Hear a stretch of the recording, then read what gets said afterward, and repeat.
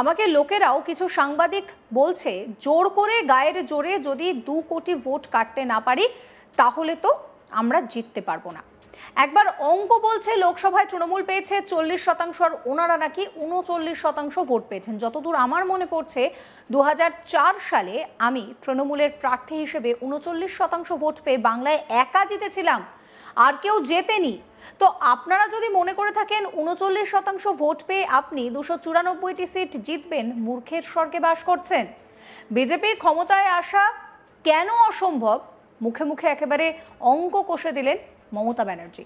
SIR বিরোধী মিছিল শেষে সভা থেকে বিজেপি পরিচালিত কেন্দ্রীয় সরকার ও নির্বাচন কমিশনকে আক্রমণ করলেন তৃণমূল সুপ্রিমো। তার দাবি বাংলাকে টার্গেট করছে বিজেপি, ওদের লক্ষ্য বাংলা থেকে 2 কোটি ভোটারের নাম বাদ দেওয়া। মঙ্গলবার আম্বেদকর মূর্তির সামনে থেকে মিছিল শুরু করে তৃণমূল, ঠাকুর বাড়িতে গিয়ে তা শেষ হয়। সেখানে বক্তব্য রাখেন মমতা। তিনি জানান, আমি ইদানিং শুনছি গদ্দারগুলো বলছে আমাকে, লোকেরাও কিছু কিছু লোকজন বলছে যে জোর করে গায়ের জোরে যদি 2 কোটি ভোট না কাটতে পারে তাহলে জিততে পারবে না। এবার অঙ্ক বলছে যে লোকসভায় তৃণমূল পেয়েছে 40%, ওনারা নাকি 39%। আমার যতদূর মনে পড়ছে 2004 সালে আমি তৃণমূলের প্রার্থী হিসেবে 39% ভোট পেয়ে বাংলায় একা জিতেছিলাম, আর কেউ জেতেনি। তো আপনারা যদি মনে করেন যে 39% ভোট পেয়ে আপনি 294টা সিট জিতবেন, তাহলে মূর্খের স্বর্গে বাস করছেন। যারা আপনাকে ভোট দিচ্ছে, তারা ভোট দিত, তারা কিন্তু আমাদেরকে ভোট দেবে। কি বলছেন মমতা ব্যানার্জি শোনাবো। আমি ইদানিং শুনছি ওই গদ্দারগুলো কি বলছে, আমাকে লোকে বলে, লোকের মুখে যতটা শুনি বা কিছু সাংবাদিক বন্ধু বান্ধব আছেন তারা বলে, কি বলছে না, তো বলছে যে আরে আমরা তো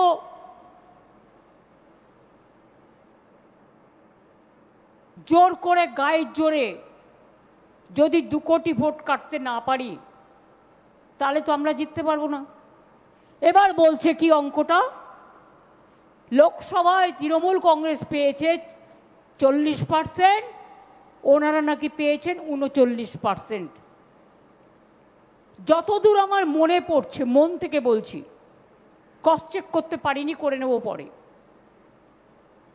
2004-এ আমি তৃণমূল কংগ্রেসের প্রার্থী হিসেবে 39% ভোট পেয়ে একা জিতেছিলাম বাংলায়, আর কেউ জেতেনি। তো আপনারা যদি মনে করেন 39% পেয়ে আপনি 294টা সিট জিতবেন, 2% 3% ভোট কেটে দিয়ে মূর্খের স্বর্গে বাস করছেন। যারা আপনাকে ভোট দিত তারা আমাদের ভোট দেবে, কারণ তাদের অস্তিত্বের ঠিকানা, ইসকো ঠিকানা চাইয়ে, ইসকো সিটিজেনশিপ চাইয়ে। আজকে আমাকে স্বাধীনতার এতদিন পরে আজকে পরীক্ষা করে দিতে হবে যে আমি ভারতীয় নাগরিক কিনা। আজকে আমাদের নতুন করে প্রমাণ দিতে হবে যে we are Indian citizen or not. এতদিন পর প্রমাণ দিতে হবে।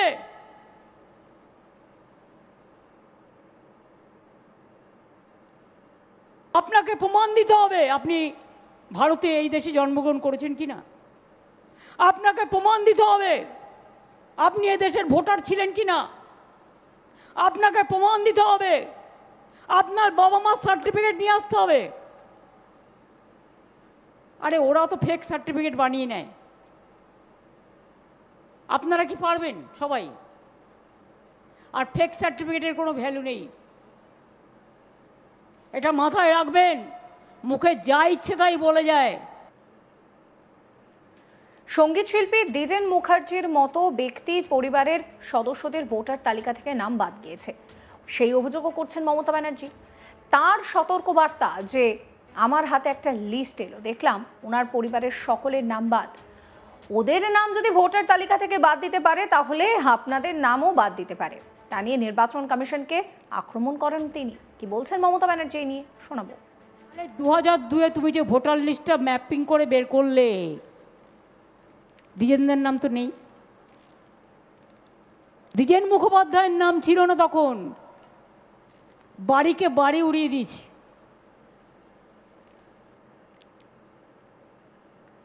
দ্বিজেন মুখোপাধ্যায়ের নাম যদি ওড়াতে পারে তো সবার নামই এরা ওড়াতে পারে। ওনার বাড়ি, উনি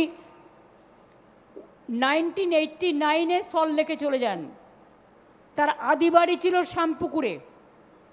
2002-তে তার পরিবারের নাম নেই, কারো নেই। এবার সল্টলেকের বাড়িও লোপাট, যেখানে প্রেজেন্ট থাকতেন পরিবার নিয়ে।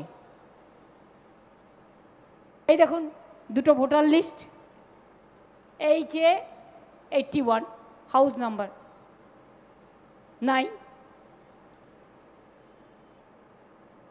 এটাও নেই। শ্যামবাজার নাই। তো আপনি ভুল করলে, আপনার ভুল ধরলে কত টাকা পানিশমেন্ট হয়? জনগণ ভুল করলে ভোটার লিস্ট থেকে নাম্বার দেয়। বাবা মা সার্টিফিকেট না দিতে পারলে ভোটার হতে পারবে না, তাকে আবার জন্মে প্রমাণ করতে হবে আমি ভারতবর্ষের নাগরিক, আমি ভারতবর্ষের ভোটার, আমি বাংলার ভোটার। এতই যদি তোমার সত্যি দেশপ্রেম, একটা উত্তর দাও। ইলেকশন বাউন্ড 4টে স্টেট, ফেব্রুয়ারিতে তুমি ইলেকশন ডিক্লেয়ার করবে, হাতে রইল কবে? নভেম্বর, ডিসেম্বর, জানুয়ারি, 3টে মাস। 3টে মাসের মধ্যে তুমি বাড়ি বাড়ি গিয়ে 10 কোটি লোক তার ফর্ম ফিল আপ করে সব হবে? যে কাজটা 2.5 বছর 3 বছর লাগে, লোকের ধৈর্যের বাঁধ ভাঙবে না। তুমি পরে করতে আফটার ইলেকশন। কই তুমি বলছো বাংলাদেশি রোহিঙ্গা? মির্জাফর বাবু, আসাম কেন হলো না? হলে হারতেন, আসামের লোকে ভোট দিত না, ফলস ভোটে যেতেন। আমি চ্যালেঞ্জ নিয়ে বলে যাচ্ছি, ইলেকশন বাউন্ড 4টে রাজ্য, বাংলা, তামিলনাড়ু, কেরালা আর আসাম একসাথে ভোট হয়।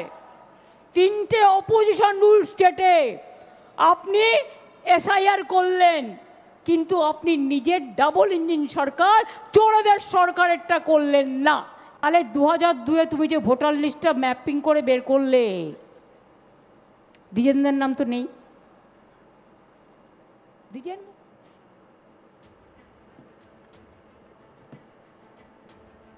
সমস্ত খবরের আপডেটের জন্য আপনাদের নজর থাকুক আজ তাক বাংলায়। চ্যানেলটিকে সাবস্ক্রাইব করবেন, নোটিফিকেশন পেতে বেল আইকনে ক্লিক করবেন, ফলো করতে ভুলবেন না আজ তাক বাংলার হোয়াটসঅ্যাপ চ্যানেলও।